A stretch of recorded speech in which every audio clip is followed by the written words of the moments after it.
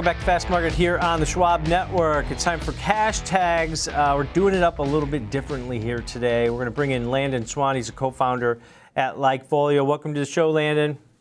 Thank you. And normally I'd say happy Monday, but it's a rough one. Yeah. I think most of the tiers are starting to dry up here a little bit. We've bounced off those lows, but still a painful day and still, paying for, the longs in the market at this time. But, valuations were getting elevated. Protection was cheap. What kind of data are you guys seeing on the volatility or fear gauge or level of uncertainty that we've seen in the market over the last couple of weeks? Yeah, you know what's crazy? I mean, right before we get into that, if you go back, if you look at a 1-year chart of the market, I mean, this is like March or April, right? And everything seemed great then because we were on a 6-month uptrend and everything's wonderful. And then, just like you said, we're getting a little elevated. And, you guys, you love the phrase, you take the stairs up and the elevator down. That's just how corrections work. I think the question for investors is this a correction? Is this the start of something nasty? And that's what we're going to dive into today. So when you look at some of this data, we look at all kinds of data sources, and we're looking for really kind of a short-term versus a long-term fear. So we're breaking down the fear index into those two categories. And for short-term, it's more of a market fear. Like right now, should I be selling? Or I am selling, I'm scared of this. The other one is recession, right? That's more of a long-term fear. Now, I want to break down these charts because there's a lot here. On the left, you've got that shorter-term market fear, and on the right, you've got that recession fear. And we took what's happening right now, which is in green, and compared it to what was happening during the COVID sell-off, that February, March sell-off, and compared it to 2022 from around January to October when, much of the market was sideways and moving down slowly. And there was a lot more concern around, recession and things like that. And you can tell that right now we have more market fear than we did at any time during COVID or during the COVID sell-off or during the 2022 selling, which is really interesting to see that we're that high on just market fear in general, which, goes back to the fact that VIX hit 65 overnight, the highest it's been since, COVID or 2008. So really high numbers. A lot of people are scared. Now, when it comes to recession, the set of charts on the right, we're actually nowhere near the peaks of COVID or the 2022 selling, but we are higher than the start of each one of those. So if you can kind of mark the start of each one of those selling periods and see how the recession fears were being talked about, they're less than they are being talked about now. So now is higher than the start of those, nowhere near the peak. So hopefully we stay under those peaks. We'll see.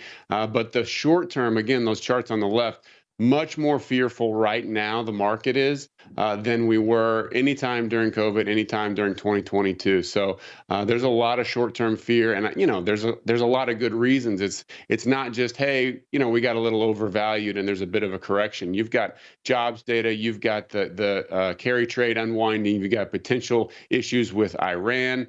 All of that's feeding into this narrative, and plus it's an election year, so you're going to roll more dice, of course, coming in. It's got everyone's worried about the very short-term stuff. So it's an interesting time to be trading, and you guys nailed it on your last segment. Stay risk defined. That is just that's like the holy Bible of trading right now.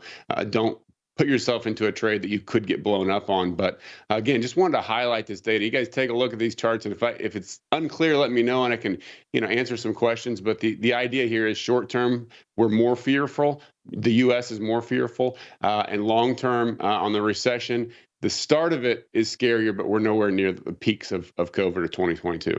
Landon, I see exactly what you're saying and what your graph shows. How are you getting this data? What do you guys do to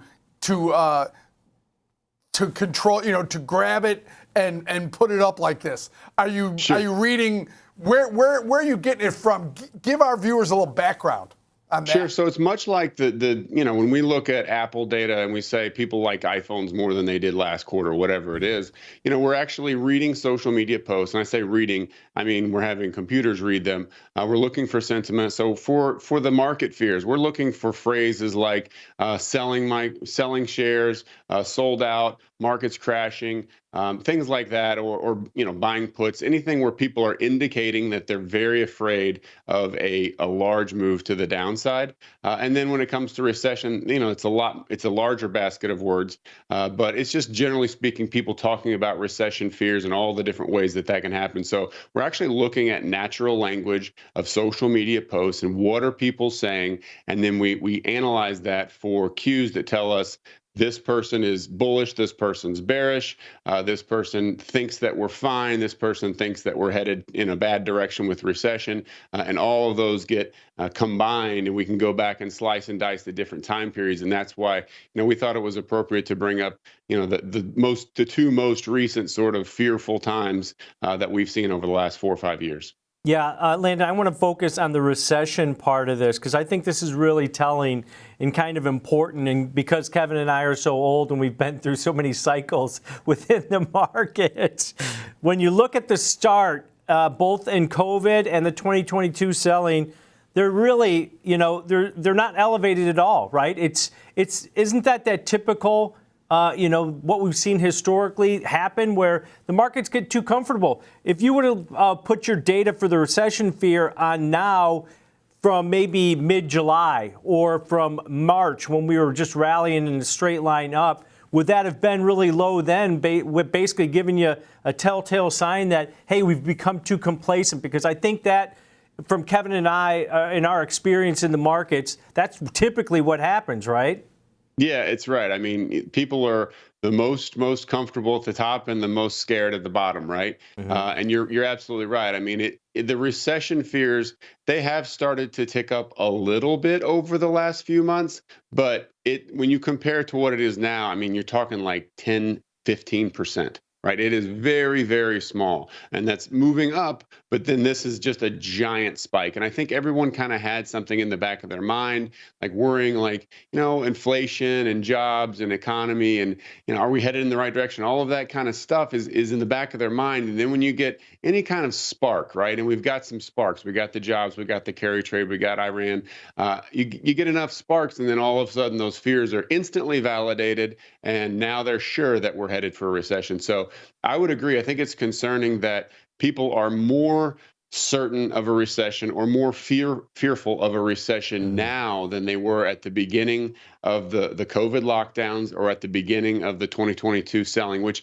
again, that one's kind of in there just for reference. It's obviously nowhere near as big, but we can't go back to 2008 on social media because it really wasn't around very much. I mean, the sample size was way too small. So I think 2022 kind of just shows you, when you have a market sell off over that extended period of time, this is what can happen. That's how bad it can get. But we're much higher at the beginning of this, whatever this ends up being, than we were at the beginning of those two. Yeah, that bright green bar on the right. Real quick here, Landon, before I let you go, is there a specific time frame that these take place in, whether it's 6 months between those bars or is it a year? Do you have any clarity on that?